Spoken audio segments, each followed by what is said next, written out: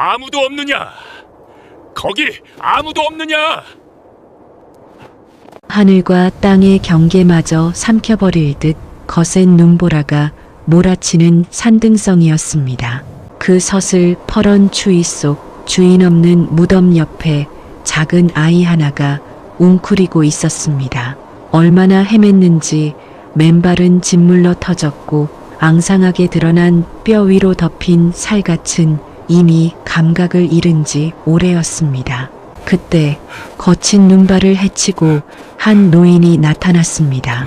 눈 속에 파묻힌 아이를 발견한 노인은 혼비백산하여 달려와 아이를 품에 안았습니다.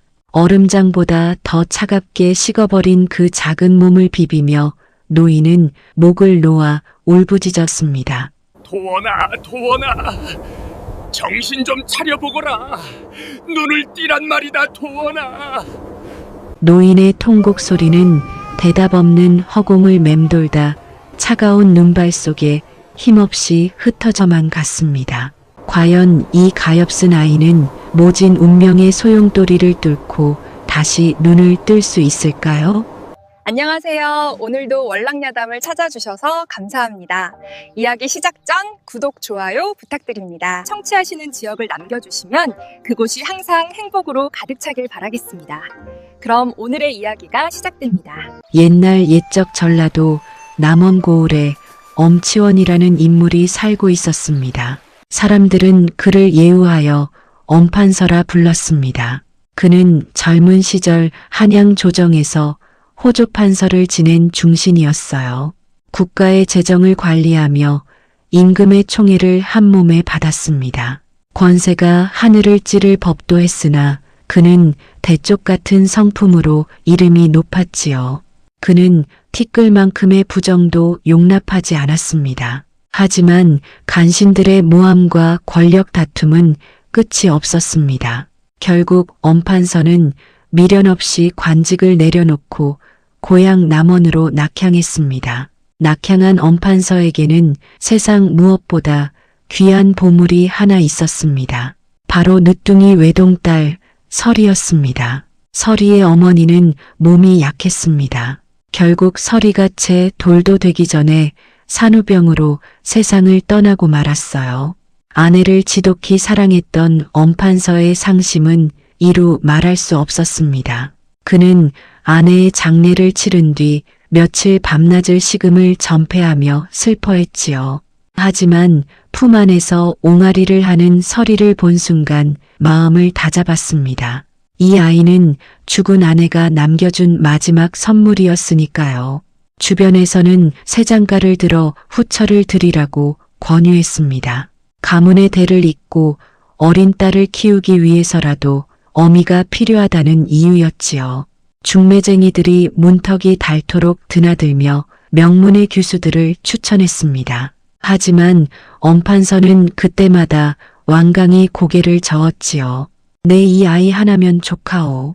죽은 부인의 향기가 이 아이에게 남아있는데 어찌 다른 일을 드리겠소? 그는 자신의 손으로 직접 아이를 귀하게 키우겠다고 다짐했어요. 그의 뜻이 하도 완강하여 결국 모든 중매가 멈추었습니다. 엄판서는 정녕 그 말 그대로 홀로 딸을 키우며 살았습니다. 사대부가의 판서를 지낸 귀한 몸이었지만 그는 굳은 일도 마다하지 않았어요. 새벽닭이 울기도 전에 일어나 가마솥에 직접 불을 지폈습니다. 어린 설이가 먹기 좋게 쌀을 곱게 갈아 미음을 끓였지요. 설이야, 어서 입을 벌려보렴. 아버지가 꿀을 조금 섞었단다. 엄판서는 뜨거운 미음을 정성껏 식힌 뒤 설이의 입에 넣어 주었습니다. 밤이 깊어지면 등잔불 아래서 설이를 무릎에 앉혔습니다. 그리고 직접 그를 가르쳤습니다. 천자문을 떼고 소학을 읽어줄 때 엄판서는 보람을 느꼈어요. 설이의 초롱초롱한 눈망울 속에 비친 자신의 모습을 보았습니다. 그는 아내를 잃은 외로움을 그렇게 견뎌냈지요. 설이는 아버지의 지극한 정성을 온몸으로 받고 자랐습니다. 그녀는 아버지를 닮아 총명했습니다. 또한 성품은 비단결처럼 고왔습니다. 마을 사람들은 서리가 길을 지나가면 칭찬을 아끼지 않았습니다. 어쩌면 저리도 곱게 자랐을까. 엄판서 댁 아가씨는 꽃 중에 꽃이로구나. 서리는 자라면서 아버지의 사소한 불편함까지 세심하게 살폈어요. 아버지의 버선이 해지지는 않았는지 매일 점검했습니다. 잠자리가 차갑지는 않은지 살피는 것도 잊지 않았지요. 그녀는 아버지의 든든한 버팀목이 되어갔습니다. 15살이 되던 해였습니다. 서리는 아버지의 생신을 맞아 특별한 상을 차렸습니다. 새벽부터 장터에 나가 싱싱한 재료를 사왔습니다. 며칠 전부터 배워둔 요리 솜씨를 발휘했어요. 정갈하게 무친 나물과 기름진 꿩고기 떡국이 상에 올랐습니다. 정성껏 빚은 술 한 잔도 잊지 않았지요. 그 모습을 본 엄판서의 눈가에는 이슬이 맺혔습니다. 내 어미를 꼭 빼닮았구나. 내가 벌써 이렇게 자라 이 아비의 상을 차려주다니 기특하구나. 서리는 수줍게 웃으며 아버지의 잔에 술을 따랐습니다. 아버지, 저를 홀로 키워주시느라 고생이 많으셨습니다. 이제는 제가 아버지를 모실 터이니 걱정 마세요. 그 웃음이 어찌나 맑고 고왔던지 엄판서는 가슴이 뭉클했지요. 돌아가신 부인이 딸의 얼굴을 빌려 다시 온 것만 같았습니다. 서리의 손가락 끝에는 음식을 장만하느라 생긴 작은 상처들이 있었어요. 하지만 그녀는 아랑곳하지 않고 아버지를 보며 연신 미소를 지었습니다. 엄판서는 딸의 고운 얼굴을 바라보며 깊은 생각에 잠겼습니다. 이 아이가 이토록 아름답게 자랐으니 이제 혼처를 알아봐야겠구나. 그는 누구에게 보내야 딸이 눈물 흘리지 않을지 고민했어요. 아버지의 사랑이 깊을수록 걱정도 산처럼 쌓여갔지요. 남원 고을의 가을밤은 깊어만 갔습니다. 등잔불 아래 비친 두 부녀의 그림자는 세상 무엇보다 따뜻해 보였습니다. 하지만 그것은 폭풍우가 몰아치기 전에 고요함과도 같았습니다. 엄판서는 매일 아침 딸과 함께 마당을 거닐었습니다. 정원의 꽃들을 살피며 다정하게 대화를 나누었지요. 서리야, 꽃은 꺾는 것이 아니라 지켜주는 것이란다. 사람의 마음도 이와 같아서 함부로 대하면 시들고 만단다. 그는 예절을 엄격하면서도 자애롭게 가르쳤습니다. 서리는 아버지의 가르침을 스펀지처럼 흡수했어요. 그녀는 내면이 단단한 여인으로 성장해 갔습니다. 어느덧 서리의 나이 17이 되었습니다.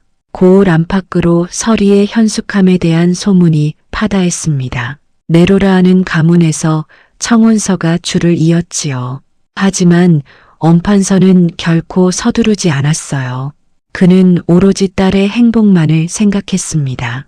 장차 사위가 될 사람의 됨됨이를 살피고 또 살폈습니다. 과연 어떤 인연이 이들 부녀 앞에 나타나게 될까요? 남원의 평화로운 풍경 뒤로 운명의 수레바퀴가 천천히 돌고 있었습니다. 세월은 물 흐르듯 흘러 어느덧 서리의 나이 18이 되었습니다. 이제 남원 고을뿐만 아니라 인근 수령들의 귀에까지 서리의 이름이 알려졌습니다. 그녀의 현숙함과 미색은 소문나지 않은 곳이 없었지요. 엄판서의 집 앞에는 매일같이 중매쟁이들이 보낸 서신이 쌓였습니다. 번듯한 가문의 사내들이 서리의 자태를 한 번이라도 보고자 담벼락 너머를 서성거렸어요. 그러나 엄판서는 사위를 고르는 일에 누구보다 신중했습니다. 그는 문벌이나 재산의 정도를 가장 먼저 보지 않았습니다. 무엇보다 딸 서리를 자신의 생명처럼 아끼고 한평생 함부로 대하지 않을 성품이 중요했지요. 엄판서는 직접 도포 자락을 휘날리며 인근 고을을 돌아다녔습니다. 후보자들의 평판을 하나하나 수집하며 꼼꼼히 살폈어요. 석 달을 넘게 고심한 끝에 엄판서의 눈에 든 사내가 있었습니다. 바로 이웃 고을에 사는 류성달이라는 양반이었습니다. 사람들은 그를 류생원이라 불렀습니다. 류생원의 가문은 대대로 내려오는 전답이 넉넉하여 가세가 매우 풍족했지요. 하지만 엄판서가 마음을 굳힌 이유는 재물 때문이 아니었습니다. 류생원은 평소 성품이 순하기로 이름이 난 인물이었어요. 그는 길가에 핀 작은 풀꽃 하나도 함부로 밟지 못할 만큼 여린 마음을 가졌습니다. 우서른께 예를 갖출 줄 알았으며 아랫사람들에게도 고압적이지 않았습니다. 그러나 엄판서의 마음 한구석에는 묘한 걱정이 하나 있었습니다. 류생원은 지나치게 순하고 유약한 면이 있었지요. 소신이 뚜렷하여 옳고 그름을 단호히 결정하기보다 주변 말에 쉽게 휘둘리는 기색이 보였습니다. 허허, 자네 뜻이 정 그렇다면 그리함세 라며 자신의 주관을 꺾는 일이 잦았어요.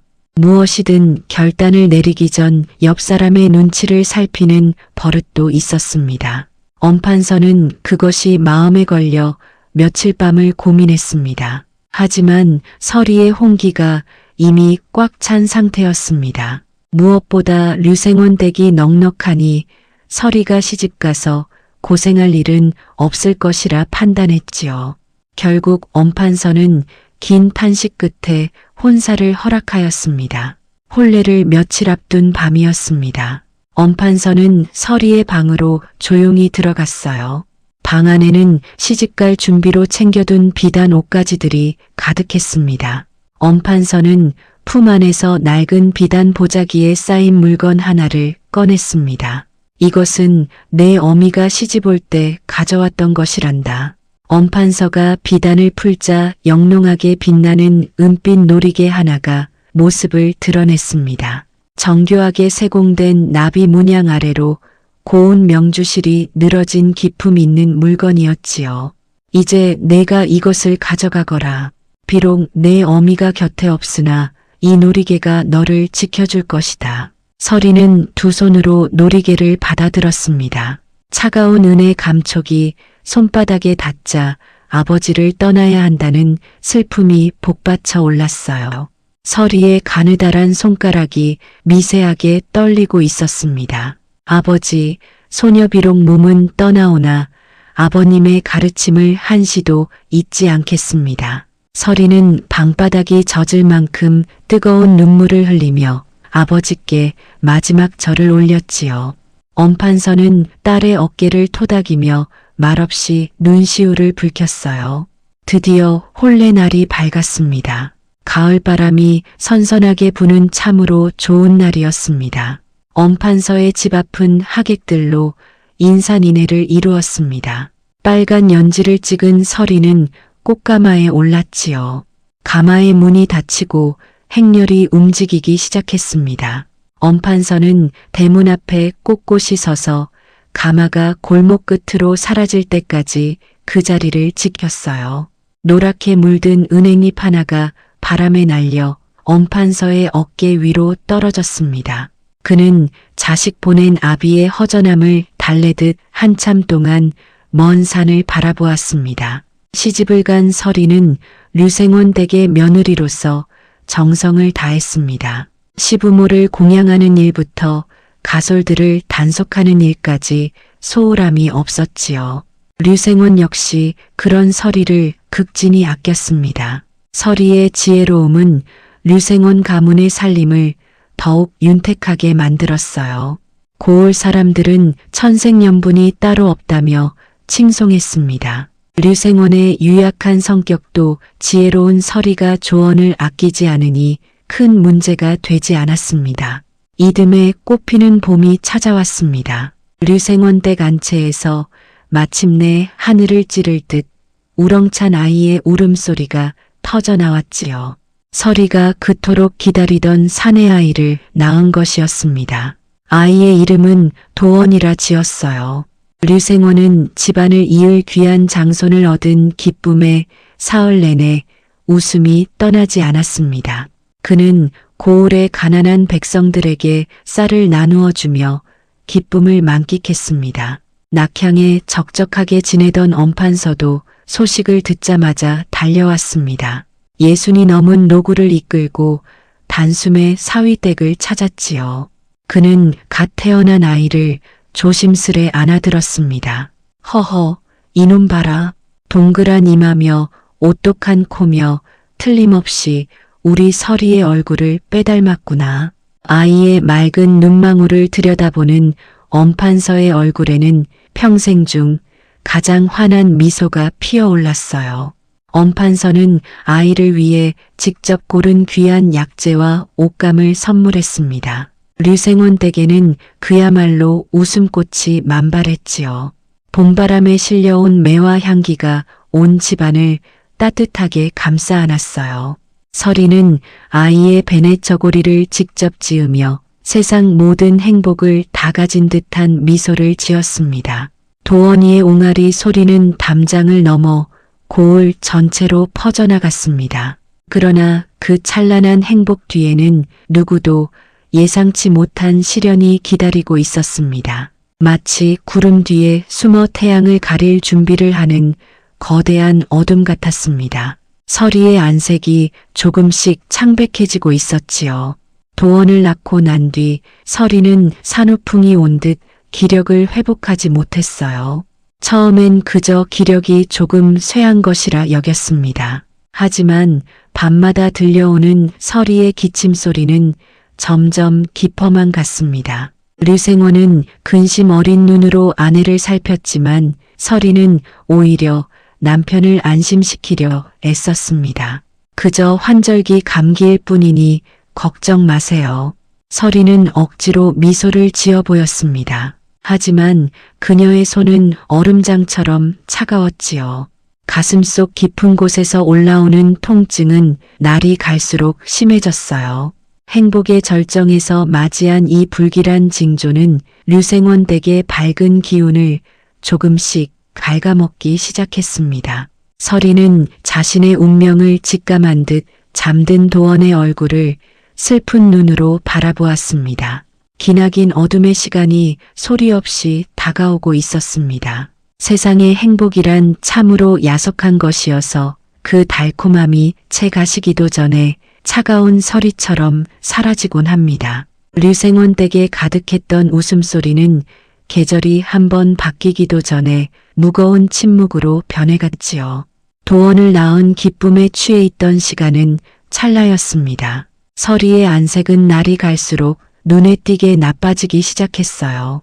처음에는 그저 산후의 기력이 쇠하여 생긴 가벼운 기침이라 여겼습니다. 하지만 여름이 오자 서리는 물 한 모금조차 제대로 넘기지 못할 정도로 쇠약해졌습니다. 창백한 낯빛은 마치 갓핀 꽃이 채 피기도 전에 시들어버린 듯 가련하기 짝이 없었습니다. 류생원은 아내를 살리기 위해 백방으로 뛰어다녔지요. 고을에서 이름난 의원이란 의원은 죄다 불러왔습니다. 산삼이며 영지버섯 같은 귀한 약재를 구하기 위해 가산을 아끼지 않았어요. 하지만 대문을 나서는 의원들은 하나같이 무거운 표정으로 고개를 저었습니다. 맥이 너무나 약하여 이제는 하늘의 뜻에 맡길 수밖에 없다는 절망적인 말만 되풀이할 뿐이었습니다. 류생원은 아내의 방 앞에 주저앉아 하늘을 원망하며 눈물을 흘렸습니다. 하지만 그 유약한 성품 탓에 서리의 손을 잡고 강하게 일어나라 독려하지도 못했지요. 그저 소리 없이 흐느끼는 것이 그가 할 수 있는 전부였어요. 정작 자신의 죽음을 가장 먼저 감지한 것은 설의 자신뿐이었습니다. 그녀는 거울 속에 비친 자신의 휑한 눈동자와 뼈만 남은 손등을 보며 차분히 이별을 준비했습니다. 설이가 진정 두려운 것은 육신의 죽음이 아니었습니다. 자신이 세상을 떠난 뒤 홀로 남겨질 어린 도원이가 어찌 될 것인지가 그녀의 가슴을 눌렀습니다. 남편 류생원은 성품이 순하기는 하나 주관이 없고 남의 말에 쉽게 휘둘리는 사람이었지요. 만약 자신이 죽고 누군가 악한 마음을 품고 그에게 접근한다면 어찌 될까 걱정이 앞섰어요. 류생원이 과연 도원을 끝까지 지켜낼 수 있을까 하는 의구심이 밤마다 그녀의 잠자리를 어지럽혔습니다. 설이는 아이를 위해 무언가 대책을 세워야만 했습니다. 어느덧 산천이 붉게 물드는 가을이 찾아왔습니다. 차가운 가을비가 지붕 위를 추적추적 때리던 어느 깊은 밤이었지요. 설이는 식은땀을 흘리며 간신히 몸을 일으켰습니다. 곁에는 곤히 잠든 도원이 누워 있었어요.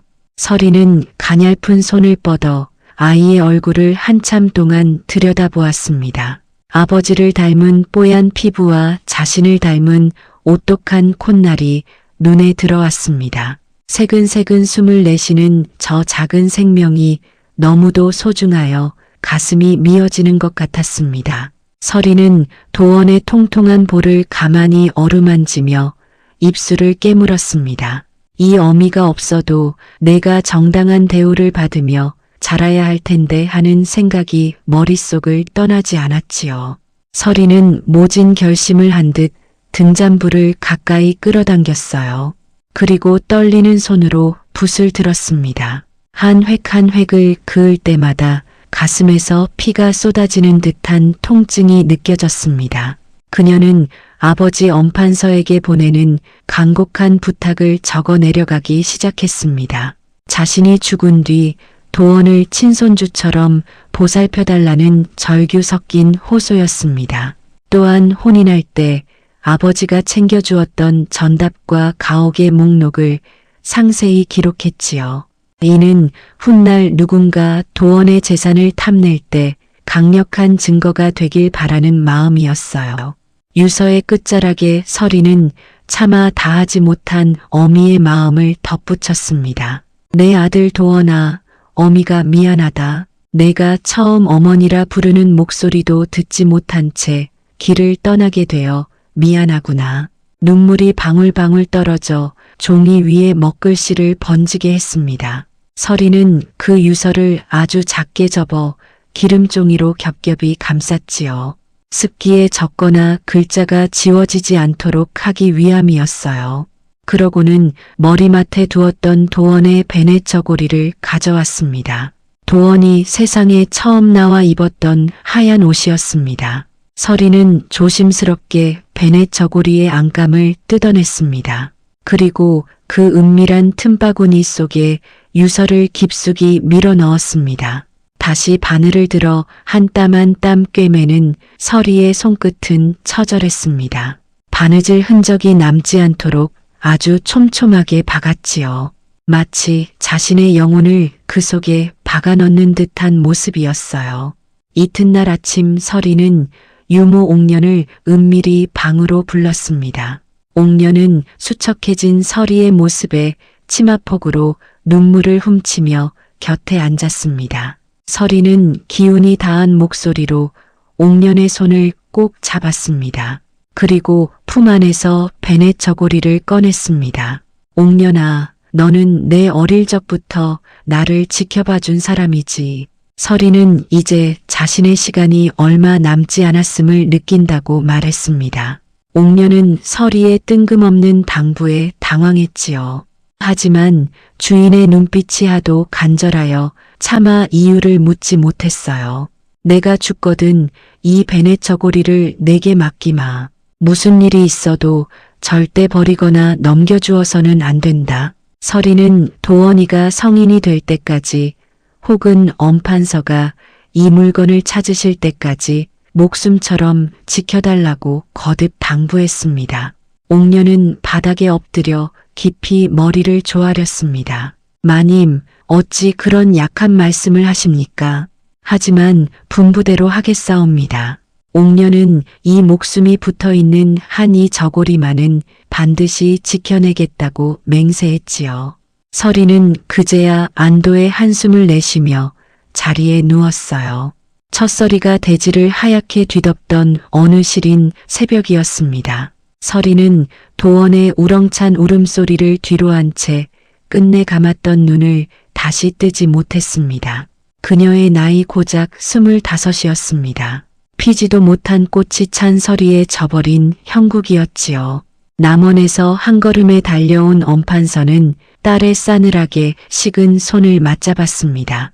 그는 목 놓아 울지도 못했어요. 가슴속에서 거대한 성벽이 무너져 내리는 소리만 들릴 뿐이었습니다. 아비의 눈은 이미 메말라 있었습니다. 서리야, 내가 어찌 아비를 두고 먼저 간단 말이냐? 이 어린 것을 두고 어찌 눈을 감았느냐? 엄판서의 절규는 류생원 댁 안채에 공허하게 울려 퍼졌습니다. 서리의 장례는 엄숙하고 고요하게 치러졌지요. 하지만 그 슬픔의 무게는 남원 고을 전체를 적실 만큼 깊었어요. 서리가 묻힌 산기슭에는 늦가을의 처량한 바람만이 불어왔습니다. 이제 류생원 댁에는 주인 잃은 슬픔과 함께 알 수 없는 불길한 기운이 소리 없이 스며들기 시작했습니다. 서리가 그토록 걱정했던 고난이 시작되려는 찰나였습니다. 텅 빈 안방에는 서리의 온기가 가시기도 전에 찬 바람이 감돌았습니다. 류생원은 상복을 입은 채 넋이 나간 사람처럼 마당만 바라보았지요. 어린 도원은 어미의 죽음을 아는지 모르는지 배가 고프다며 울어댔어요. 유모 옥녀는 아이를 품에 안고 서리가 맡긴 베넷저고리를 가슴속에 깊이 감추었습니다.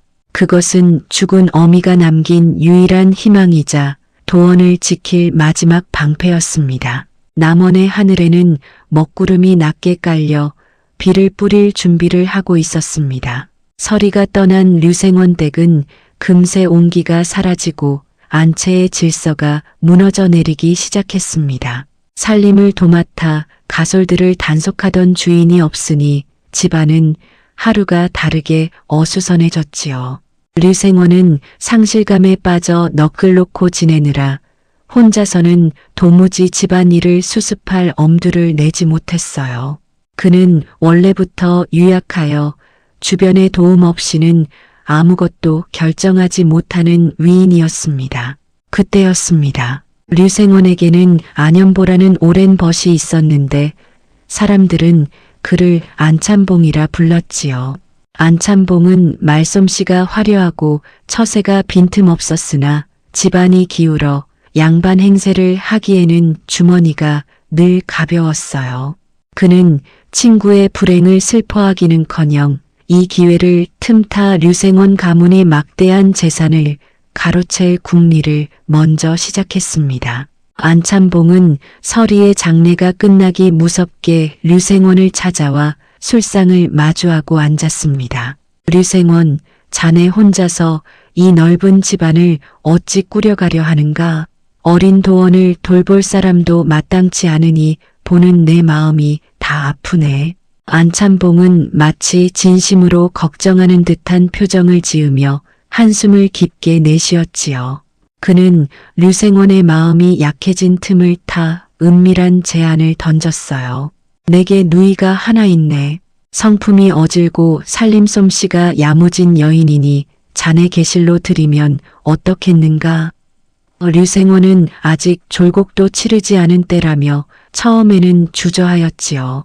하지만 안참봉은 홀로 된 사내가 집안을 망치는 것보다 아이를 위해 새어머니를 드리는 것이 죽은 아내에 대한 도리라고 강변했어요. 결국 류생원은 그 집요한 설득에 넘어가 안씨를 받아들이기로 결심했습니다.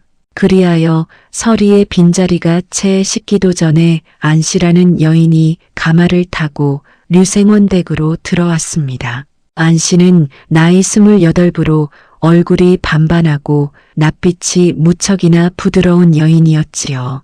그녀는 겉으로는 한없이 자애로운 미소를 짓고 있었으나 속에는 독사를 품고 있었습니다. 사실 안씨와 안참봉은 친남매 사이였으며 처음부터 류생원의 전답을 노리고 짜고 들어온 것이었어요. 들어온 첫날 안씨는 안채를 둘러보다가 유모 옥년의 품에 안겨있는 어린 도원을 보았습니다. 안씨는 환하게 웃으며 두 팔을 벌려 아이를 안으려 했지요. 아이고, 이 귀한 도련님을 내가 한번 안아봐도 되겠습니까?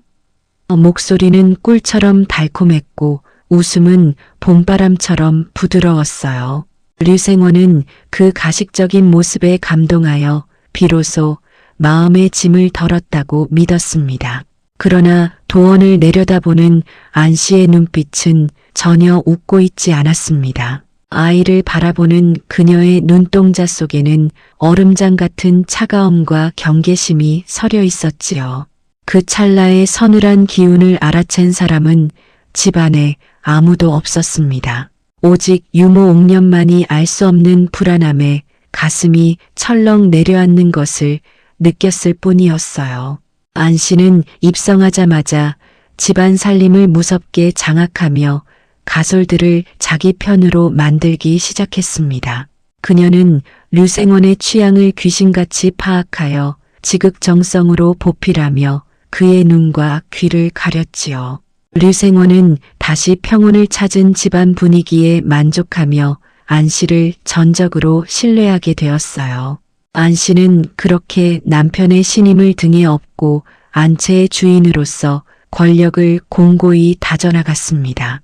부인, 도원이를 친자식처럼 아껴주니 내 참으로 고맙소. 류생원의 말에 안 씨는 낯간지러운 대답을 거침없이 늘어놓았습니다.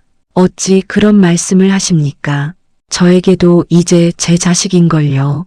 그녀는 류생원 앞에서는 아이를 씻기고 정갈한 옷을 입히며 지극한 모성애를 연기했지요. 하지만 남편이 자리를 비우면 안 씨의 표정은 순식간에 차갑게 식어버렸어요. 안 씨는 가장 먼저 서리의 흔적을 지우는 일에 몰두했습니다. 그녀는 서리가 쓰던 가구와 옷가지를 불태우거나 몰래 내다 팔며 자신의 영역을 넓혔지요. 옥년이 항의하려 했으나 안 씨는 서슬 퍼런 눈으로 그녀를 제압하며 입을 막았어요. 이제 이 집의 안주인은 나다. 죽은 사람의 물건을 두고 어찌 산 사람의 기운을 흐리려 하느냐?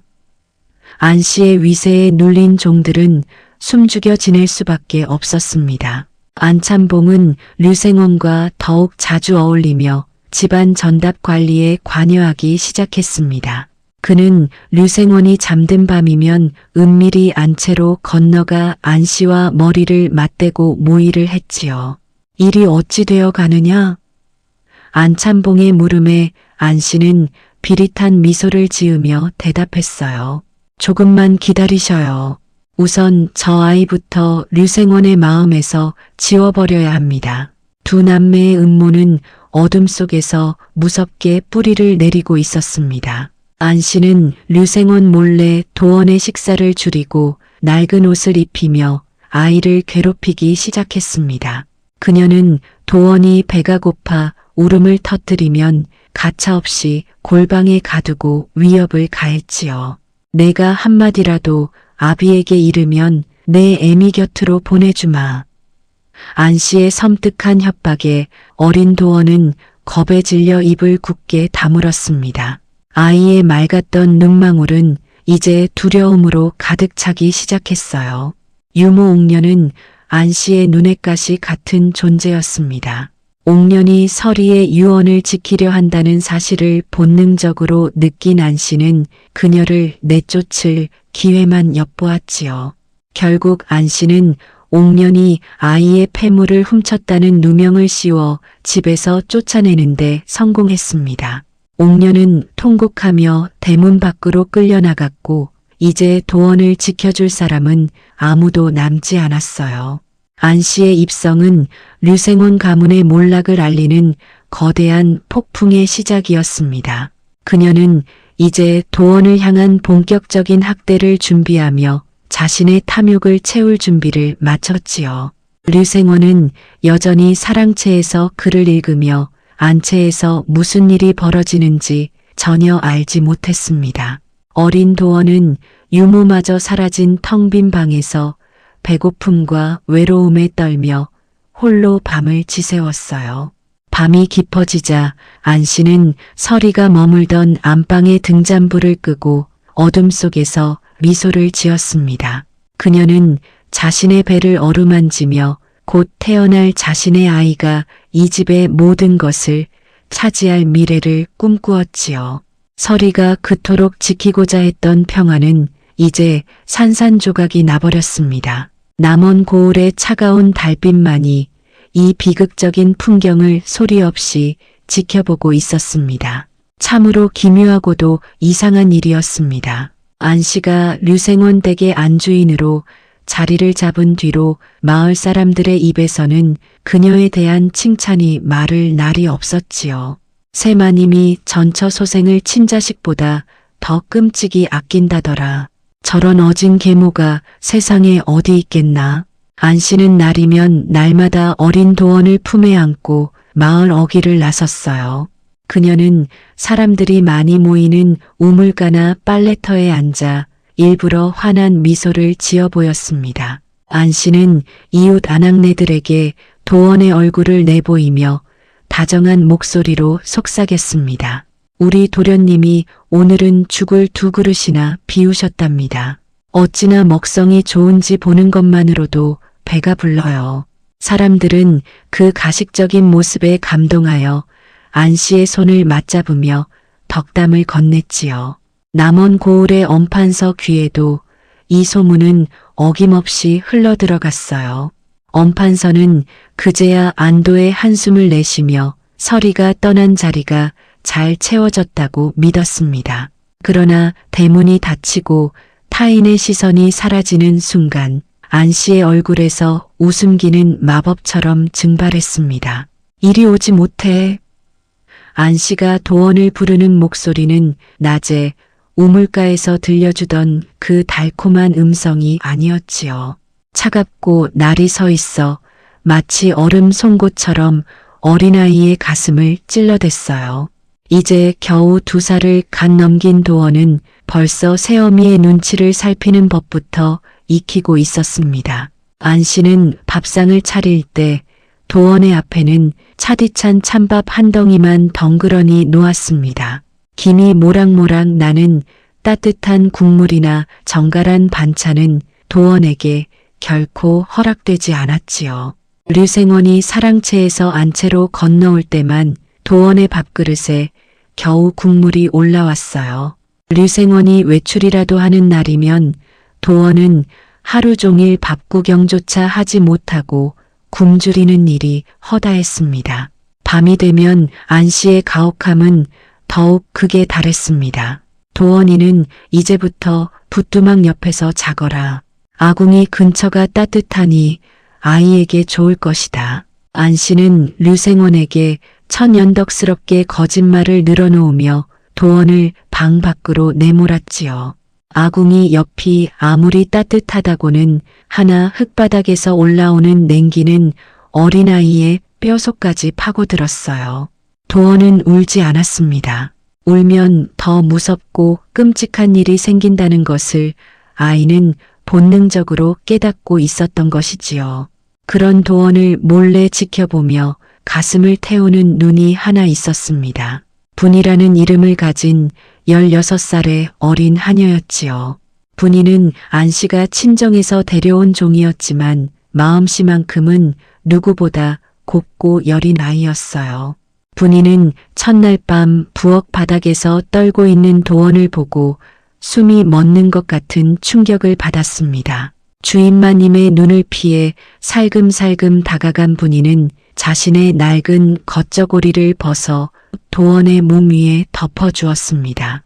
도련님, 춥더라도 조금만 참으세요.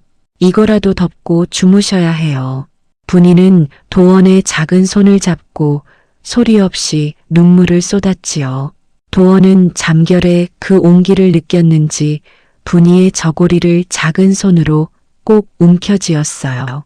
분이는 그 고사리 같은 손을 보며 무슨 일이 있어도 이 아이를 지켜주겠다고 스스로 맹세했습니다. 그날 이후로 분이는 틈만 나면 안씨의 눈을 피해 도원의 곁을 지켰습니다. 분이는 안씨 몰래 부엌 구석에서 따뜻한 누룽지를 긁어다 도원의 입에 넣어주곤 했습니다. 도원의 때 묻은 옷도 남들 몰래 한밤중에 개울가에 나가 깨끗이 빨아왔지요. 분아, 도원이 말을 배우기 시작하면서 가장 먼저 부른 이름은 아비도 새어미도 아닌 바로 분이었습니다. 그 한마디에 분이는 가슴이 미어지는 듯한 아픔을 느끼며 아이를 품에 꼭 안아주었지요.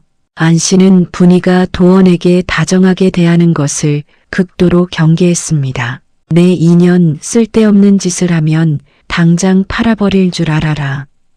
안 씨의 불호령이 떨어질 때마다 분이는 바닥에 머리를 조아리며 목숨을 구걸했지요. 하지만 안 씨가 뒤를 돌면 분이는 다시 도원을 향해 달려갔어요. 그녀는 종의 신분으로 할 수 있는 것이 없었지만 적어도 도원이 혼자가 아니라는 사실만큼은 느끼게 해주고 싶었습니다. 한편 안 씨는 류생원의 마음을 완전히 장악하기 위해 더욱 치밀하게 움직였습니다. 그녀는 류생원이 사랑채에 있을 때마다 은근히 도원의 험담을 늘어놓았지요. 도원이가 성격이 참 이상해요. 제가 아무리 잘해줘도 마음을 열지 않고 구석에서 눈만 번뜩이니 무서울 정도예요. 류생원은 처음에는 그 말을 믿지 않았으나 안 씨의 반복되는 가스라이팅에 조금씩 흔들리기 시작했어요. 안 씨는 도원이 스스로 잘못을 저지른 것처럼 꾸미는 일에도 능숙했습니다.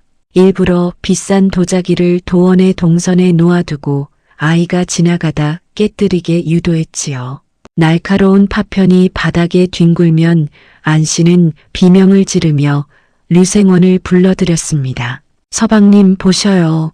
도원이가 또 이렇게 집안 물건을 부수었습니다. 류생원은 바닥에 주저앉아 떨고 있는 도원을 보며 깊은 한숨을 내쉬었지요. 분이는 그 광경을 보며 진실을 말하고 싶어 입술을 깨물었습니다. 하지만 종의 신분으로 안주인의 거짓을 폭로하기에는 힘이 너무나 부족했지요. 분이는 밤마다 서리의 묘소가 있는 쪽을 바라보며 기도를 올렸어요. 마님, 부디 하늘에서라도 도련님을 지켜주세요. 분이의 눈물은 마를 날이 없었고 도원은 그런 분이의 치마자락을 잡고 겨우 하루하루를 견뎌내고 있었습니다. 안 씨의 괴롭힘은 날로 교묘해지고 잔인해졌습니다. 그녀는 도원의 손등을 꼬집거나 바늘로 찌르는 등 겉으로 드러나지 않는 상처를 입혔지요. 아이가 고통에 겨워 소리를 지르면 입을 틀어막고 섬뜩한 위협을 가했습니다. 내가 아비에게 말하면 내 애비도 죽여버릴 테다.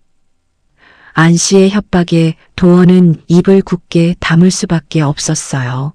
이중의 얼굴을 한 안 씨의 연극은 마을 사람들에게는 완벽한 신화처럼 받아들여졌습니다. 류생원은 여전히 자신의 아내가 천사 같은 사람이라 믿고 있었으며 고을 사람들도 그녀를 칭송하기 바빴지요. 하지만 집안의 구석진 곳 차가운 부엌 바닥에서 신음하는 어린 생명은 죽음보다 더한 고통을 겪고 있었어요. 서리가 그토록 사랑했던 아들 도원의 봄날은 그렇게 차갑게 식어가고 있었습니다.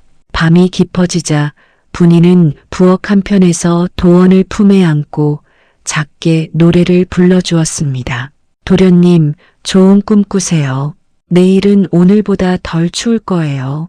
아이는 분이의 품속에서 겨우 잠이 들었지만 꿈속에서도 무엇이 무서운지 몸을 바르르 떨었지요.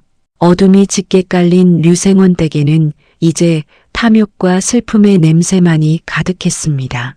비극의 수레바퀴는 이제 도원을 향한 가장 가혹한 의심의 단계로 향하고 있었습니다. 안 씨에게는 도원을 부엌대기로 부려먹으며 구박하는 것 말고도 가슴속에 품은 음험한 계획이 하나 더 있었습니다. 그것은 바로 이 집안의 기둥인 류생원의 마음을 완전히 도려내어 도원에게서 돌려세우는 일이었지요. 어느 날 저녁 류생원이 사랑채에서 등잔불을 켜고 글을 읽고 있을 때 안 씨가 향긋한 차를 들고 방으로 들어왔어요. 그녀는 평소보다 더 나긋나긋한 태도로 류생원의 곁에 앉아 찻잔을 건네며 조심스레 입을 열었습니다. 서방님, 차 한 잔 드시며 잠시 쉬셔요. 안 씨는 남편이 찻잔을 받아드는 사이 아무런 의도도 없다는 듯 무심한 표정으로 툭 한마디를 던졌습니다. 그런데 서방님, 제가 가만히 보니 우리 도원 도련님이 서방님을 어찌 그리 하나도 안 닮았는지 모르겠어요. 류생원은 책에서 눈을 떼지 않은 채 의아한 듯 되물었지요. 그게 무슨 소리요? 아이가 어미를 닮을 수도 있는 법인데. 안 씨는 기다렸다는 듯 가볍게 웃으며 꼬리를 내렸어요. 아이고, 아무것도 아니에요. 그저 제 눈에 그리 보여서 드린 말씀이니 신경 쓰지 마셔요. 안 씨가 흘린 그 한마디는 마치 바람에 날려온 독 묻은 솜씨앗 같은 것이었습니다.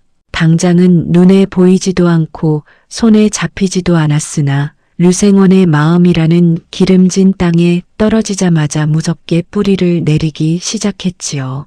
한편 안참봉은 류생원이 취기에 잠든 밤이면 어김없이 안채로 숨어들어 안 씨와 머리를 맞대었습니다. 일이 어찌 되어 가느냐? 안참봉의 낮은 물음에 안 씨는 비릿한 미소를 지으며 대답했지요. 오라버니, 조금만 더 기다리셔요. 아직은 때가 아니어요. 두 남매는 이미 류생원의 전단문기를 가로챌 궁리에 여념이 없었습니다.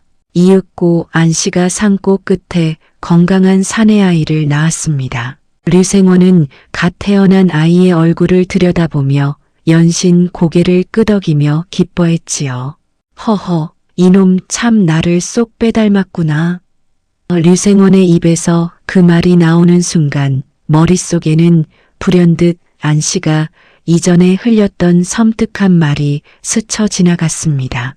도원이는 서방님을 하나도 안 닮았다는 그 한마디가 마치 낙인처럼 그의 심장을 찔렀어요. 그는 사랑채 마루 끝에서 흙 묻은 옷을 입고 서 있는 7살 도원을 차갑게 바라보았습니다. 동그란 이마와 오뚝한 코, 그리고 맑고 깊은 눈망울까지 도원은 어머니 서리를 꼭 빼닮아 있었습니다. 예전에는 그것이 사랑스러웠으나 이제 류생원은 그 얼굴에서 자신의 흔적을 찾으려 혈안이 되었지요. 하지만 아무리 들여다보아도 아이의 얼굴에서는 자신의 모습이 보이지 않았어요. 한번 심어진 의심이라는 독은 류생원의 이성을 마비시켰고 가장 소중해야 할 핏줄을 남보다 못한 존재로 여기게 만들었습니다. 어느 날 밤 안 씨는 류생원의 곁에 누워 작정한 듯 낮은 목소리로 치명적인 독을 부었습니다. 서방님, 제가 차마 입 밖으로 내지 못하고 참아오던 말이 있사옵니다. 실은 돌아가신 서리 마님이 혼인 전부터 다른 사내와 깊은 정분이 있었다는 소문이 이웃 고을까지 파다했다 하더이다. 류생원은 번개라도 맞은 듯 벌떡 몸을 일으키며 안 씨를 쏘아보았지요. 그게 정녕 사실이란 말이오? 안 씨는 걱정이 가득한 아내의 표정을 완벽하게 지어 보이며 남편의 팔을 붙잡았어요. 소문일 뿐이니 너무 상심 마셔요. 사실인지 아닌지 저도 어찌 알겠습니까? 안 씨는 눈물을 훔치는 척하며 쐐기를 박았습니다. 다만 도원이가 서방님을 하나도 닮지 않은 것이 제 마음에 늘 걸려서 드리는 말씀이었어요. 이 교묘한 거짓말에 류생원의 마지막 남은 부성에마저 산산조각이 나버렸지요. 그날 이후로 류생원은 도원의 얼굴을 단 한 번도 보지 않았습니다. 마당에서 마주쳐도 짐승을 보듯 시선을 돌렸고 아이가 아버지라 부르며 다가와도 대꾸조차 하지 않았어요. 7살 어린 도원의 눈에는 이제 눈물이 고이지 않았습니다. 아이는 이미 매서운 새어미의 학대와 아비의 싸늘한 외면 속에서 눈물조차 말라버린 것이었지요. 도원은 자신이 왜 미움을 받는지도 모른 채 부엌 구석에서 분이가 몰래 챙겨주는 누룽지로 배를 채우며 하루하루를 견뎠습니다. 류생원의 사랑채에서는 새로 태어난 아들의 웃음소리가 끊이지 않았으나 도원에게 그 소리는 마치 먼 나라의 이야기처럼 들렸어요. 안찬봉은 이 기회를 놓치지 않고 류생원의 재산을 가로챌 준비를 마쳤습니다. 그는 아전들과 결탁하여 전답의 소유권을 안씨 남매의 것으로 돌려놓는 문서를 조작하기 시작했지요. 이제 도원이가 이 집에서 사라지기만 하면 모든 것이 우리 것이어요. 안씨는 거울을 보며 자신의 탐욕스러운 미소를 다듬었습니다. 그녀의 눈에는 이제 도원이 인간이 아니라 자신의 앞길을 가로막는 성가신 돌덩어리로만 보였어요.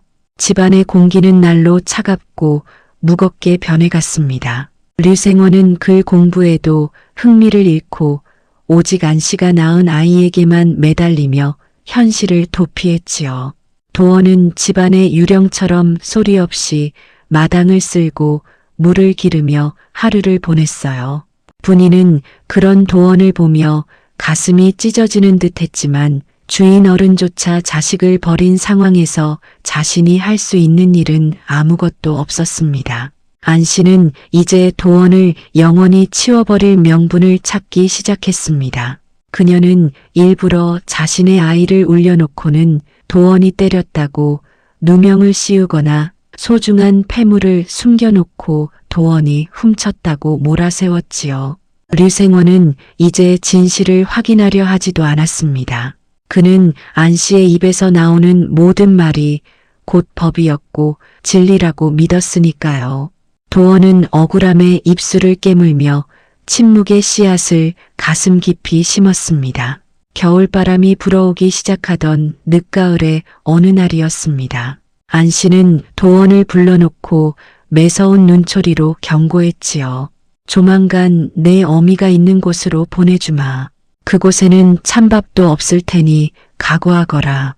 도원은 그 말이 무엇을 뜻하는지 정확히 알지 못했으나 본능적으로 거대한 죽음의 그림자가 다가오고 있음을 느꼈습니다. 아이는 그날 밤 어머니가 남겨준 베네 저고리를 가슴에 품고 남몰래 흐느꼈어요. 류생원의 의심은 이제 확신으로 굳어져 돌이킬 수 없는 지경에 이르렀습니다. 그는 자신의 아내 서리를 향한 그리움마저 안씨의 도끼에 오염되어 분노와 수치심으로 바꾸어 버렸지요. 내 어찌 남의 자식을 이토록 애지중지 키웠단 말이냐.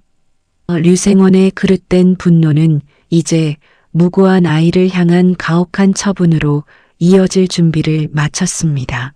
침묵의 씨앗은 이제 비극이라는 이름의 검은 꽃을 피울 준비를 마쳤어요.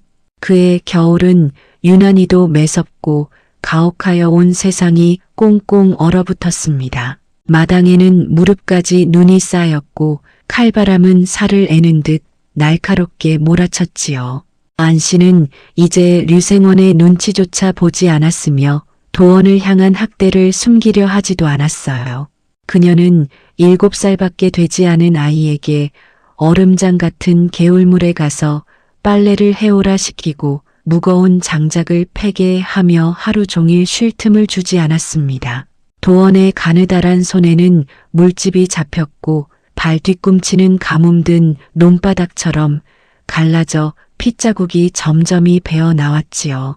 어느 날 밤 안씨는 날카로운 비명을 지르며 사랑채에 있던 류생원을 안채로 불러들였습니다. 서방님, 이 일을 좀 보셔요.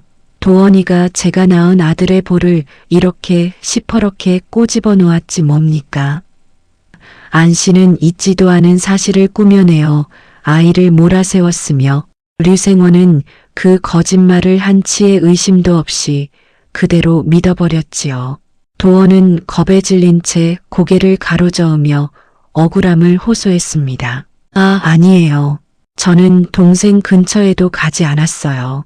하지만 아이의 진실한 목소리는 탐욕과 의심으로 가득 찬 이 집안에서 아무런 힘을 발휘하지 못했습니다. 안 씨는 도원의 말을 듣기도 전에 아이의 가느다란 팔을 잡아채어 대문 밖으로 사정없이 내던졌습니다. 이 당장 꺼져라. 내 어미가 있는 차디찬 무덤가로 가버리거라. 도원의 작은 몸은 차가운 눈밭 위로 힘없이 나뒹굴었으며 살을 파고드는 눈송이가 소년의 볼과 맨발에 달라붙었지요. 아이는 울먹이며 굳게 닫힌 대문을 두드렸습니다. 어머니, 제가 잘못했사옵니다. 제발 한 번만 용서해 주시고 들여보내주세요. 하지만 대답 대신 돌아오는 것은 적막한 겨울밤의 차가운 정적뿐이었어요. 도원은 마지막 희망을 품고 아버지가 머무는 사랑채 쪽을 향해 목이 터져라 소리쳤습니다. 아버지, 저 도원이에요. 너무 추워요. 제발 문 좀 열어주세요. 도원은 한 번, 두 번, 아니 수십 번을 넘게 아버지를 불렀지요. 류생원은 사랑채 방 안에 앉아 그 애절한 소리를 분명히 듣고 있었어요. 하지만 그는 자리에서 일어날 생각조차 하지 않았으며 오히려 귀를 막고 싸늘하게 눈을 감아버렸습니다. 저 아이가 내 핏줄이 아닐지도 모르는데 굳이 마음을 쓸 필요가 있겠는가 하는 잔인한 생각이 그의 다리를 붙잡아 놓았던 것이었지요. 도원은 더 이상 아버지를 부르지 않았습니다. 맨발의 감각은 이미 사라진 지 오래였고 손끝은 보랏빛으로 얼어붙어 갔지요. 아이는 떨리는 몸을 겨우 일으켜 천천히 몸을 돌려 정처 없이 걷기 시작했습니다. 이 넓은 고을에 어린 도원을 받아줄 사람은 아무도 없었으며 외할아버지가 계신 남원댁은 이 어린 발걸음으로 가기에는 너무나 멀고도 험한 길이었어요. 도원의 발걸음은 자신도 모르는 사이에 오직 한 곳, 그리운 어머니 서리가 잠들어 있는 산속 무덤가로 향하고 있었습니다. 눈보라가 몰아치는 산길은 7살 아이가 감당하기에는 너무나 가혹한 시련이었습니다. 도원은 몇 번이고 눈더미에 발이 걸려 넘어졌으나 그때마다 어머니의 얼굴을 떠올리며 다시 일어났지요. 아이의 발바닥에서는 피가 흘러 하얀 눈 위에 붉은 꽃처럼 점점이 새겨졌어요. 바람은 도원의 호쩌고리를 사정없이 파고들었고 소년의 호흡은 점점 가빠져만 갔습니다. 엄마, 저 도원이가 가고 있어요. 엄마 곁으로 가면 이제 안 춥겠지요? 아이는 헛것이 보이는 듯 허공에 손을 뻗으며 계속해서 산 위로 기어 올라갔습니다. 멀리서 류생원 댁의 대문이 덜컥거리는 소리가 들렸으나 그것은 도원을 데리러 오는 발소리가 아니었습니다. 그저 무심한 겨울바람이 문을 때리는 소리일 뿐이었으며 집안의 사람들은 따뜻한 아랫목에서 도원의 고통을 까맣게 잊은 채 잠을 청하고 있었지요. 안 씨는 이제 방해꾼이 사라졌다며 속으로 쾌재를 불렀고 안참봉은 내일 아침이면 모든 전답이 자신의 소나귀에 들어올 것이라 확신하며 술잔을 기울였습니다. 이들에게 도원의 생사는 이미 안중에도 없었으며 오직 탐욕으로 가득 찬 내일을 꿈꾸고 있었을 뿐이었어요. 마침내 도원은 어머니 서리의 묘비 앞에 도착했습니다. 차가운 돌비석이었으나 아이에게는 세상 그 무엇보다 따뜻한 어머니의 품처럼 느껴졌지요. 도원은 두 팔로 차가운 묘비를 꼭 껴안은 채 그 자리에 주저앉았습니다. 엄마, 이제 도원이 왔어요. 이제는 아무도 저를 때리지 않겠지요? 소년의 목소리는 이제 신라처럼 가늘어졌고 눈꺼풀은 천근만근 무거워졌어요. 도원은 묘비의 얼굴을 묻은 채 천천히 눈을 감으며 깊은 잠 속으로 빠져들기 시작했습니다. 눈보라 속에서 도원의 작은 그림자는 이제 형체도 없이 눈 속에 묻혀갔습니다. 산 아래 고을에서는 여전히 차가운 밤 공기가 흐르고 있었으나 그 누구도 산 위에서 죽어가는 아이의 존재를 알아채지 못했지요. 오직 하늘에서 내리는 눈송이만이 도원의 가련한 몸 위를 덮어주며 이 비극적인 광경을 소리 없이 지켜보고 있었어요. 류생원 댁의 등잔불은 하나둘 꺼져갔고 남원 고을은 깊은 침묵 속에 잠겨버렸습니다. 그때였습니다. 도원의 꿈속에서 은은한 꽃향기가 풍겨왔습니다. 생전에 어머니 설이가 아이를 품에 안고 불러주던 따뜻한 자장가 소리가 들려오는 것만 같았지요. 도원아, 우리 아기, 이제 무서워하지 마라. 엄마가 여기 있단다. 아이는 그 소리에 이끌려 편안한 미소를 지으며 차가운 겨울밤을 견뎌내고 있었습니다. 비록 몸은 얼어붙어 가고 있었으나 아이의 영혼만큼은 어머니의 사랑 안에서 마지막 온기를 나누고 있었던 것이었지요. 눈보라는 그칠 줄 모르고 밤새도록 사냐를 뒤덮었습니다. 도원의 발자국은 이제 흔적도 없이 사라졌으며 산속 언덕에는 오직 묘비를 껴안은 작은 눈덩이 하나만이 덩그러니 남게 되었지요. 이 가혹한 운명이 아이를 어디로 데려갈지 아니면 이대로 어머니의 뒤를 따르게 될지 그 누구도 장담할 수 없는 긴 밤이었습니다. 하지만 기적은 가장 깊은 어둠 속에서 싹트는 법이며 도원을 향한 구원의 손길은 이미 산 너머에서 다가오고 있었어요. 이튿날 새벽 남원의 엄판서는 밤새도록 흉흉한 꿈자리에 시달리다 결국 평소보다 일찍 길을 나설 준비를 했습니다. 서리의 기일도 아니었으나 왠지 모를 불안감이 그의 가슴을 짓눌렀으며 자꾸만 딸의 묘소가 있는 산등성이가 눈에 밟혔던 것이었지요. 여보게, 서둘러라. 왠지 마음이 급하구나. 엄판서는 하인들을 재촉하여 눈길을 헤치며 산으로 향했습니다.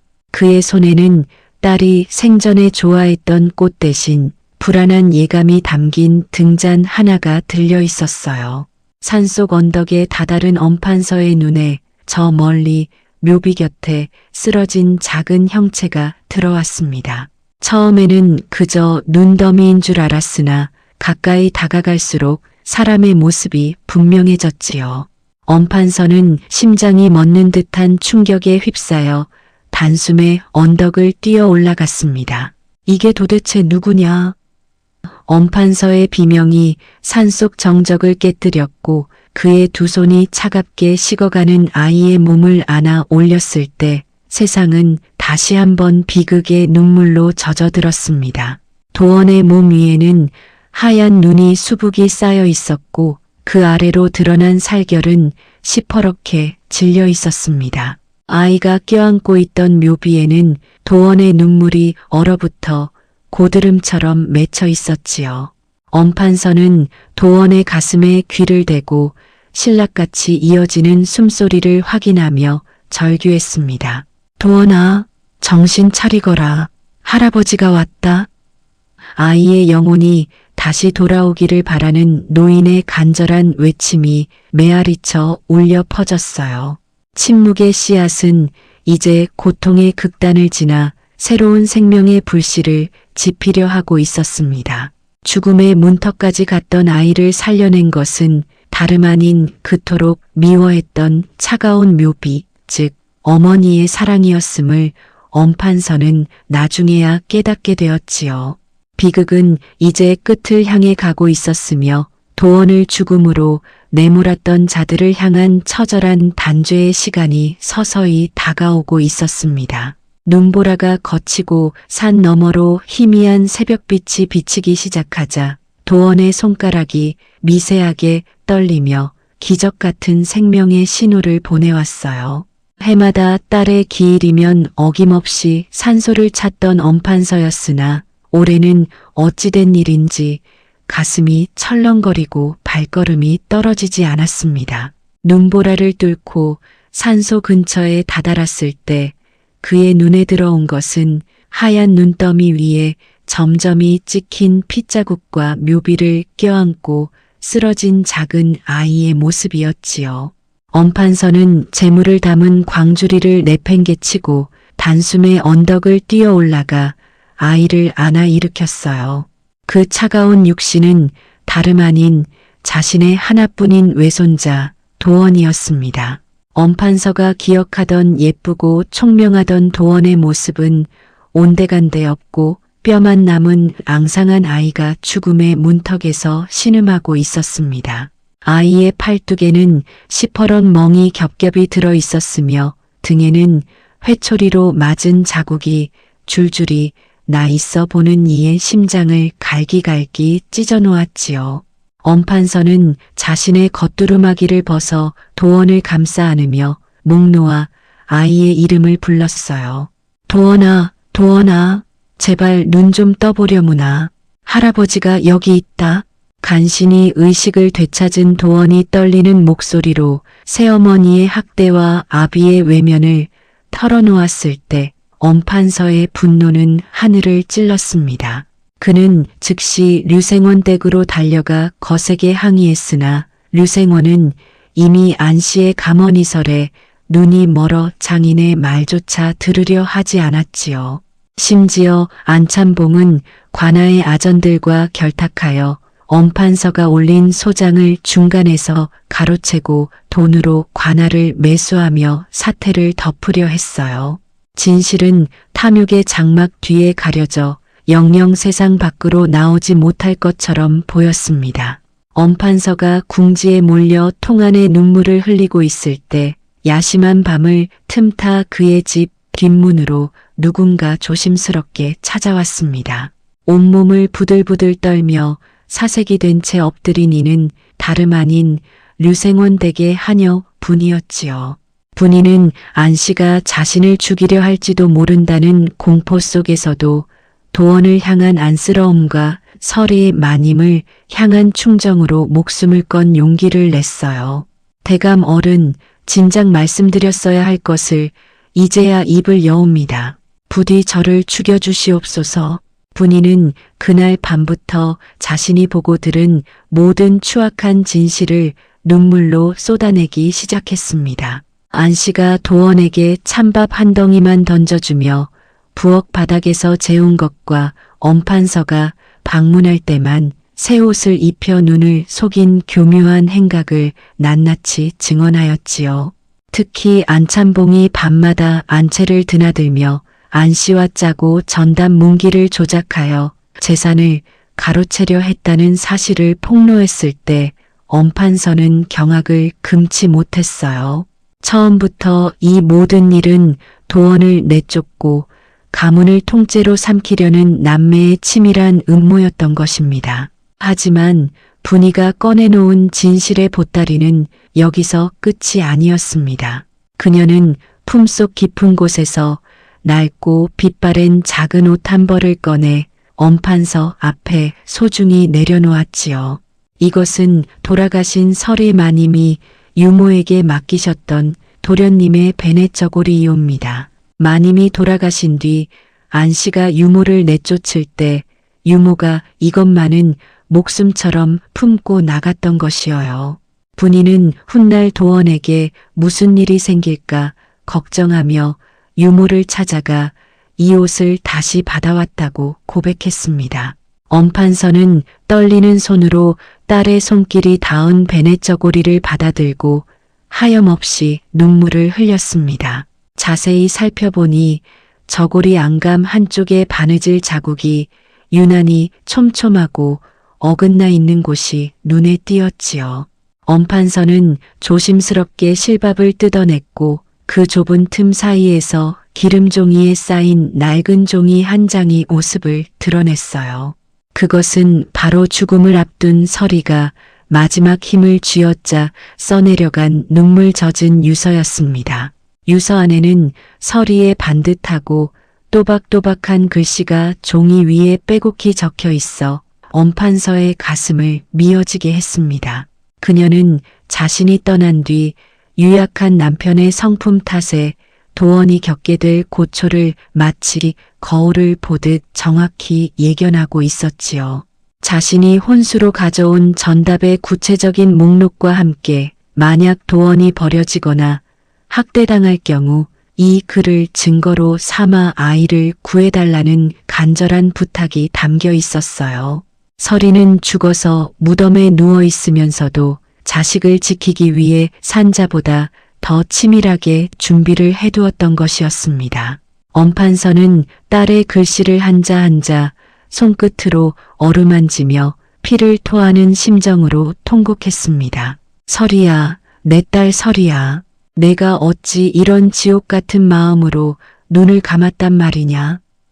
그 유서는 이제 도원을 구하고 악인들을 심판할 세상에서 가장 날카로운 칼이 되어 엄판서의 손에 쥐어졌지요. 어둠 속에서 조용히 때를 기다리던 침묵의 씨앗이 마침내 비극을 뚫고 정의의 불꽃을 피워 올리는 순간이었어요. 분이는 엄판서의 눈물을 보며 자신 역시 고개를 숙이고 소리 없이 흐느꼈습니다. 마님은 도련님이 7살이 되는 겨울이 가장 고비가 될 것이라 말씀하셨사옵니다. 그 지독한 예감이 오늘 밤 현실이 되었으니 참으로 기가 막힐 노릇이어요. 엄판서는 분이의 손을 따뜻하게 맞잡으며 그녀의 용기를 치하하고 결연한 의지를 다졌습니다. 이제는 슬퍼하고 있을 시간조차 없었으며 날이 밝는 대로 이 모든 물증을 가지고 길을 떠나야 했으니까요. 엄판서는 밤을 꼬박 새우며 관찰사에게 올릴 등소를 직접 작성하기 시작했습니다. 분이의 증언과 서리의 유서, 그리고 도원의 몸에 새겨진 무참한 상처들은 그 어떤 변명으로도 지울 수 없는 확고한 증거였지요. 안참봉이 매수한 고을의 아전들도 이제는 소용없었으며 한양에서부터 명성이 자자했던 노정객의 분노는 전라 가명을 향해 거침없이 달려갈 준비를 마쳤어요. 진실은 결코 눈 속에 묻히지 않으며 정의는 반드시 베네쩌고리의 실밥처럼 그 매듭이 풀리는 법이었습니다. 새벽 공기가 차갑게 방 안으로 스며들었지만 엄판서의 가슴 속에서는 뜨거운 불꽃이 타오르고 있었습니다. 도원은 할아버지의 보살핌 속에 깊은 잠에 들었고 꿈속에서나마 어머니 서리를 만나 환하게 웃고 있었지요. 도원아, 조금만 기다리거라. 내 어미를 모욕하고 너를 죽이려 했던 자들에게 반드시 천벌을 내릴 테다. 엄판서는 품 안에 유서를 갈무리하며 대문을 나섰고 그의 뒤로 분이 역시 고개를 숙인 채 묵묵히 그 길을 따랐습니다. 마을 사람들은 여전히 안 씨의 가식적인 미소에 속아 그녀를 칭송하고 있었으나 그 거짓의 탑은 이제 무너질 일만 남았습니다. 안참봉은 사랑채에서 류생원의 재산을 계산하며 흥얼거리고 있었고 안 씨는 새 아들의 잠자리를 돌보며 탐욕스러운 꿈을 꾸고 있었지요. 하지만 그들이 내던졌던 도원이 다시 살아 돌아와 그들의 목을 죄어올 비수가 될 줄은 꿈에도 생각지 못했을 것이어요. 정의의 심판은 조용하지만 무겁게 남원 고을의 하얀 눈길을 헤치고 다가오고 있었습니다.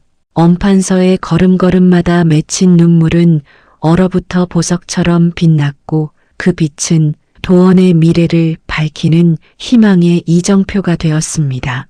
죽은 딸이 남긴 유서는 단순한 종이 조각이 아니라 어머니의 영혼이 깃든 구원의 사령장과도 같았지요. 침묵의 씨앗이 마침내 땅을 뚫고 나와 그 거대한 줄기를 뻗어 올리기 시작하는 찬란하고도 서늘한 새벽이 밝아오고 있었습니다. 이제 이야기는 전라 가명의 시퍼런 대청마루 위에서 그 최후의 결판을 향해 달려가고 있었어요. 엄판서는 날이 밝자마자 외손자 도원을 품에 안고 전라 가명을 향해 지체 없이 길을 떠났습니다. 60이 넘은 노구로 이틀 밤낮을 눈길 속에 걸었으나 품속의 품은 딸의 유서와 분이의 증언서가 그의 심장을 뜨겁게 달구어 지칠 줄을 몰랐지요. 전직 호조판서가 직접 가명에 나타나 소장을 올리니 관찰사 역시 사안의 중대함을 깨닫고 즉시 대청마루에 심판의 자리를 마련했어요. 류생원과 안씨 그리고 기세등등하던 안참봉까지 모두가 포졸들에게 끌려와 시퍼런 작두날 같은 대청마루 아래에 서게 되었습니다. 관찰사가 상좌에 앉아 위험 있는 목소리로 먼저 엄판서에게 물었습니다. 이 판서, 그대가 올린 소장의 내용이 참으로 참혹하오. 전처 소생을 한겨울 눈밭에 버려 죽이려 했다는 것이 정녕 사실이란 말이오? 엄판서는 허리를 꼿꼿이 세우고 관찰사를 직시하며 대답했지요. 대감, 제 눈으로 직접 무덤가에서 얼어 죽어가는 아이를 거두었사옵니다. 이는 안씨와 그 오라비 안참봉이 공모하여 재산을 탈취하려 한 명백한 살인 미수이옵니다. 엄판서의 목소리는 분노로 인해 파르르 떨리고 있었습니다. 이에 안씨는 낯빛 하나 변하지 않고 손수건을 꺼내 눈물을 훔치며 가증스러운 연기를 시작했습니다. 관찰사 대감, 소인은 억울하옵니다. 전처 소생을 친자식보다 더 아꼈거늘 저 아이가 제 성질을 못 이겨 가출한 것을 어찌 제 죄라 하십니까? 안씨는 류생원의 팔을 붙잡으며 억울함을 호소했고 류생원은 여전히 넋이 나간 표정으로 고개를 숙인 채 아무런 말도 하지 못했지요. 안참봉 역시 아전들과 미리 입을 맞춘 대로 자신은 그저 누이를 걱정한 것뿐이라며 당당하게 맞섰어요. 관찰사가 차가운 눈빛으로 안씨 남매를 내려다보다가 엄판서에게 증거를 내놓으라 명했습니다. 그때 엄판서의 신호에 따라 가리개 뒤에 숨어있던 하녀분이가 천천히 대청 앞으로 걸어 나왔지요. 안씨는 분이를 보자마자 눈이 뒤집혀 소리를 질렀습니다. 내 인연, 내가 어찌 저 노인네와 함께 있느냐. 당장 돌아오지 못할까? 하지만 분이는 이제 더 이상 안씨의 위협에 굴복하는 겁쟁이 하녀가 아니었어요. 분이는 무릎을 꿇고 관찰사 앞에 엎드려 자신이 지난 몇 년간 류생원 댁에서 보았던 모든 참상을 낱낱이 고하기 시작했습니다. 대감 어른 안씨는 류생원 어른이 없을 때마다 도련님을 찬바닥에 재우고 굶겼사옵니다. 안참봉 어른은 밤마다 안채로 건너와 전담 문기를 고치고 도련님을 내쫓을 궁리를 하였지요. 분이의 증언이 이어질수록 대청 위에는 서늘한 살기가 감돌았으며 안씨 남매의 얼굴은 순식간에 흙기추로 변해갔어요. 특히 분이가 안씨의 이간질에 대해 언급할 때 류생원은 비로소 고개를 들어 진실을 마주하게 되었습니다. 안씨 마님은 류생원 어른께 돌아가신 서리 마님이 정분이 있었다는 거짓 소문을 퍼뜨려 핏줄을 의심하게 만들었사옵니다. 그래야 도련님을 합법적으로 내쫓을 수 있었기 때문이어요. 류생원은 그제야 자신이 어떤 독에 중독되어 친자식을 사지로 몰아넣었는지 깨닫고 가슴을 치며 후회했지요. 하지만 이미 엎질러진 물이었으며 그의 우매함이 부른 비극은 너무나 컸어요. 관찰사가 안참봉을 매섭게 꾸짖으며 문기 조작에 대해 추궁했으나 안참봉은 끝까지 오리발을 내밀며 버텼습니다. 증거도 없이 종련의 말만 믿으시는 겁니까? 전답은 모두 정당하게 관리된 것입니다. 그때 엄판서가 품속에서 서리의 베넷 저고리를 꺼내들고 관찰사에게 다가갔지요. 대감, 여기 죽은 자의 증언이 있사옵니다. 제 딸 서리가 죽음을 앞두고 아이의 옷 속에 숨겨둔 유서이어요. 엄판서가 안감을 찢어 유서를 건네자 가명 안에는 무거운 침묵이 내려앉았어요. 관찰사가 유서를 한자 한자 읽어내려가는 동안 안씨의 몸은 사시나무 떨듯 떨리기 시작했습니다. 유서에는 서리가 혼수로 가져온 전답의 정확한 필지와 수량이 적혀 있었으며 만약 나중에 조작된 문서가 나타날 경우를 대비한 뚜렷한 증거들이 명시되어 있었지요. 25의 어미가 죽어가면서도 이토록 치밀하게 준비한 것은 오직 자식을 향한 사랑 때문이었다. 이 유서에 적힌 전담 목록과 지금 안찬봉이 가지고 있는 문서를 대조하라. 관찰사의 추상 같은 호령에 안찬봉은 그만 바닥에 주저앉고 말았어요. 유서의 내용은 분이의 증언과 자로 잰 듯 정확히 일치했으며 안씨 남매의 공모 사실을 뒷받침하는 결정적인 물증이 되었습니다. 안씨는 이제 연기를 포기하고 머리를 조아리며 목숨을 구걸하기 시작했지요. 대감, 제가 눈이 멀어 죄를 지었사옵니다. 제발 살려만 주셔요. 하지만 관찰사의 눈에는 이제 동정심이라곤 찾아볼 수 없었으며 오직 법의 엄중함만이 번뜩였어요. 천륜을 어기고 어린 생명을 죽이려 한 대가는 그 무엇으로도 치를 수 없는 무거운 것이었습니다. 류생원 또한 관찰사 앞에 엎드려 통곡하며 자신의 죄를 고백했습니다. 제가 어리석어 아내의 거짓말에 속고 제 핏줄을 내던졌사옵니다. 저를 죽여주시옵소서. 류생원의 눈물에는 진심이 섞여 있었으나 아이가 눈밭에서 아버지를 부르며 울부짖을 때 외면했던 그 싸늘한 기억은 지워지지 않는 낙인이 되어 그를 괴롭혔지요. 엄판서는 사위인 류생원을 싸늘하게 내려다보며 딸이 느꼈을 배신감과 도원의 고통을 대신 되새겼어요.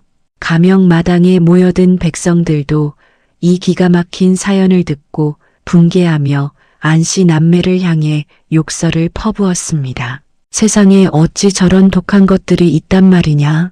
죽은 어미가 아이를 살렸구나. 민심은 이미 요동치고 있었으며 정의의 저울추는 급격히 도원과 엄판서 쪽으로 기울었지요. 관찰사는 모든 증거와 정황을 종합하여 판결문을 작성하기 시작했으며 붓끝에는 서슬퍼런 단죄의 힘이 실렸어요. 안찬봉은 끝까지 아전들의 이름을 대며 빠져나가려 했으나 겁에 질린 아전들이 이미 모든 뇌물수수 사실을 실토하며 그를 배신했습니다. 이제 남매에게는 기댈 곳도 숨을 곳도 전혀 남지 않은 비참한 처지가 되었지요. 안씨가 그토록 탐냈던 류생원 가문의 전답과 기와집은 이제 그녀에게 감옥의 창살보다 더 무서운 굴레가 되어 돌아왔어요. 침묵의 씨앗이 피워낸 비극의 꽃은 이제 가해자들의 목을 조르는 덩굴이 되어 가명대청을 휘감았습니다.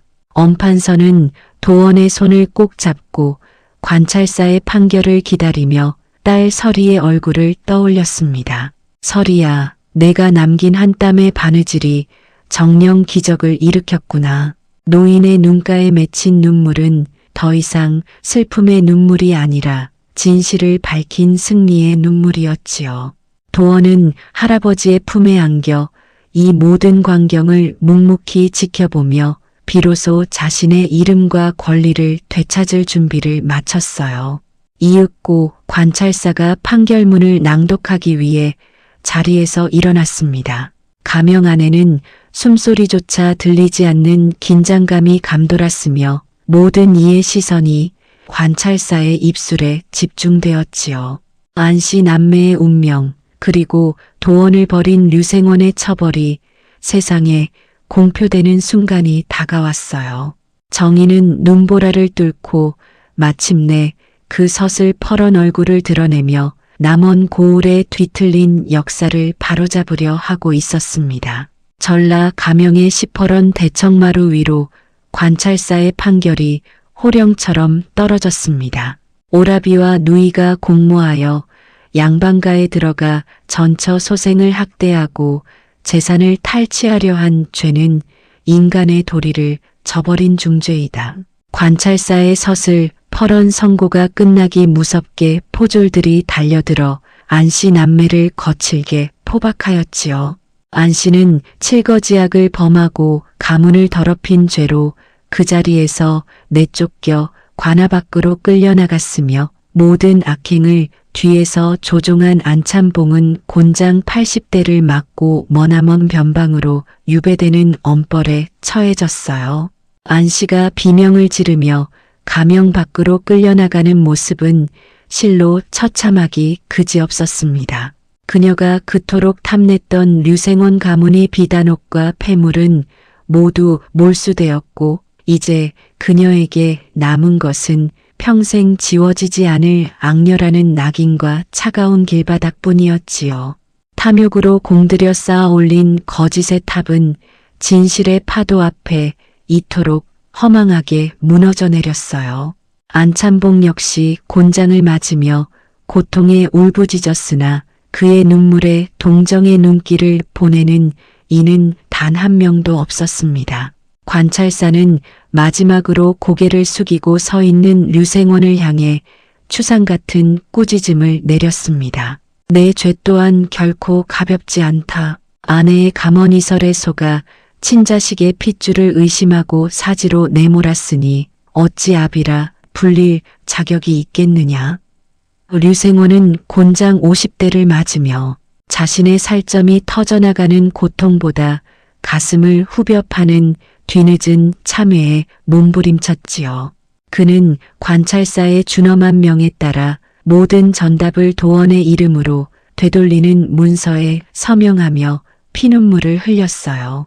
형을 마치고 만신창이가 된 류생원이 엄판서 앞에 무릎을 꿇고 애원했습니다. 장인어른, 소인이 죽을 죄를 지었사옵니다. 도원을 다시 집으로 데려가 속죄하게 해주셔요. 하지만 엄판서는 싸늘한 눈빛으로 사위를 내려다보며 단호하게 고개를 저었지요. 서리가 왜 죽어가면서까지 베넷 저고리에 유서를 숨겼겠는가?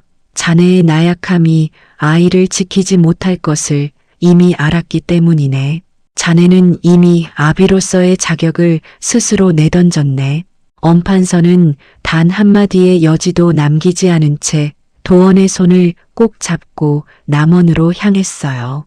남원으로 돌아온 엄판서 댁에는 오랜 세월 잊혔던 따뜻한 온기가 다시금 감돌기 시작했습니다.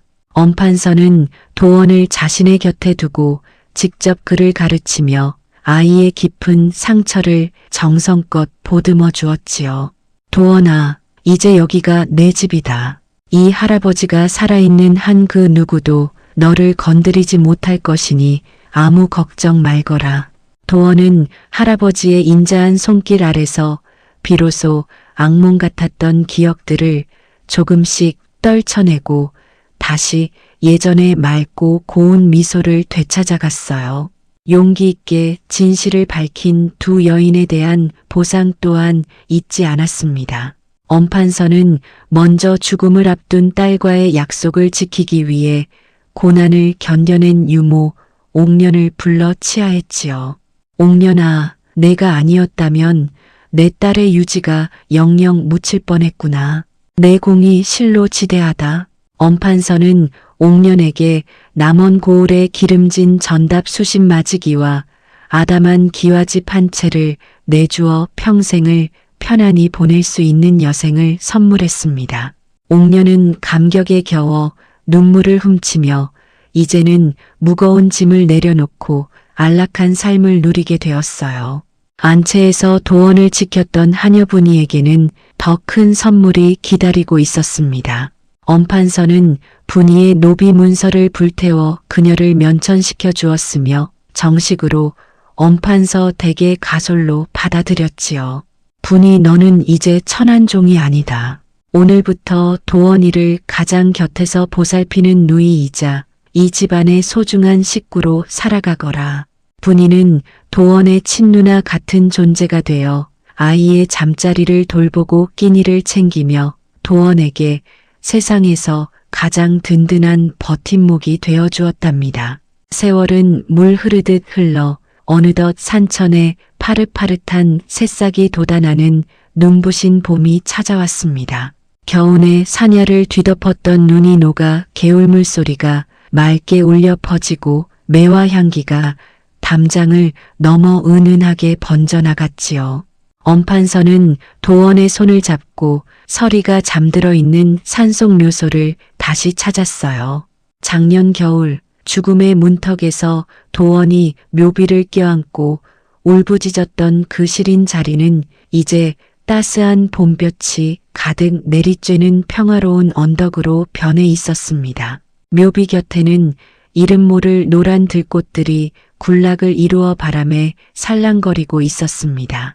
도원은 정성껏 준비한 꽃다발을 무덤 앞에 내려놓고 맑고 또렷한 목소리로 어머니를 불렀지요. 엄마, 저 도원이가 왔어요. 이제 할아버지랑 분이 누나랑 같이 행복하게 잘 지내고 있답니다. 아이의 목소리에는 이제 더 이상 떨림도 슬픔도 없었으며 오직 어머니를 향한 깊은 사랑과 그리움만이 가득 차 있었어요. 그때 참으로 기이하고도 아름다운 일이 일어났습니다. 갑자기 부드러운 봄바람이 한 줄기 불어와 도원의 머리칼을 상냥하게 쓰다듬고 지나갔던 것이지요. 마치 서리가 무덤 속에서 잠시 나와 아들을 대견하게 바라보며 한번 따뜻하게 안아주고 가는 것만 같은 포근한 기운이었어요. 엄판서는 그 바람 속에서 딸의 은은한 향기를 느낀 듯 허공을 향해 인자한 미소를 지어 보였습니다. 죽은 어미의 사랑이 베네 저고리 한 땀 한 땀에 깃들어 결국 자식을 구하고 어두웠던 운명을 밝힌 것이었습니다. 류생원은 홀로 남은 큰 집에서 평생을 자책과 속죄 속에 보냈으나 도원은 다시는 그 집으로 발걸음을 하지 않았습니다. 그는 할아버지의 엄격한 가르침과 분이의 정성 어린 보살핌 속에 훌륭하게 자라나 훗날 억울한 백성들의 고통을 헤아리는 어진 관리가 되었지요. 사람들은 베네 저고리 속에 숨겨진 유서 이야기를 전하며 부모의 사랑은 죽음조차 갈라놓을 수 없는 가장 위대한 힘임을 대대로 기렸어요. 진실은 결코 침묵하지 않으며 사랑은 가장 매서운 겨울조차 이겨내고 봄을 불러온다는 교훈이 남원 고을마다 퍼져나갔습니다. 엄판서는 품 안에서 서리에게 주었던 은빛 놀이개를 꺼내 도원의 작은 손에 쥐어주었습니다. 서리의 장례를 치를 때 엄판서가 딸의 유품 가운데서 거두어온 것이었지요. 이것은 내 어머니가 목숨처럼 아끼던 물건이다. 이제 내가 이 놀이개처럼 맑고 단단한 삶을 살아야 한다. 도원은 놀이개를 가슴에 꼭 품고 할아버지를 향해 세상을 다 얻은 듯한 환한 웃음을 지어 보였지요. 그 웃음은 세상 그 무엇보다 투명하고 눈부셔서 지켜보는 이들의 마음까지 깨끗하게 정화하는 마법 같은 힘이 있었어요. 이제 남원 고을에는 더 이상 안씨 남매의 음험한 음모도 류생원의 비겁한 의심도 남아있지 않았습니다. 오직 서로를 아끼고 보듬는 진실한 마음들이 모여 따뜻한 공동체를 이루며 평화로운 나날을 보내게 되었지요. 도원이 뛰노는 마당에는 나비들이 춤을 추고 하늘에는 종달새가 지저귀며 새로운 희망의 노래를 부르고 있었어요.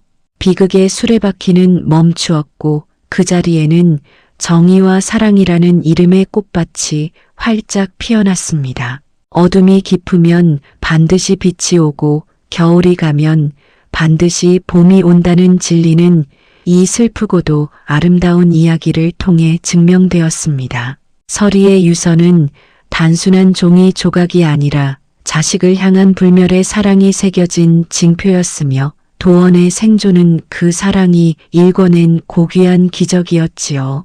남원 고을의 봄날은 그렇게 영원히 기억될 사랑의 향기로 가득 채워졌습니다. 해질녘 엄판서와 도원이 손을 잡고 산을 내려가는 길에 노을이 붉고 따스하게 물들었습니다.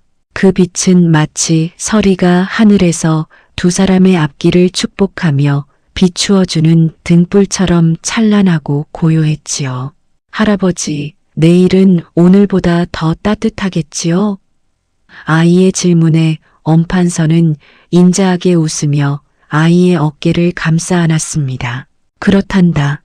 도원아, 내 앞날은 언제나 포근한 봄날일 것이야. 두 사람의 그림자가 길게 이어지며 이야기는 깊은 여운과 함께 대단원의 막을 내렸습니다. 오늘의 이야기 어떠셨나요?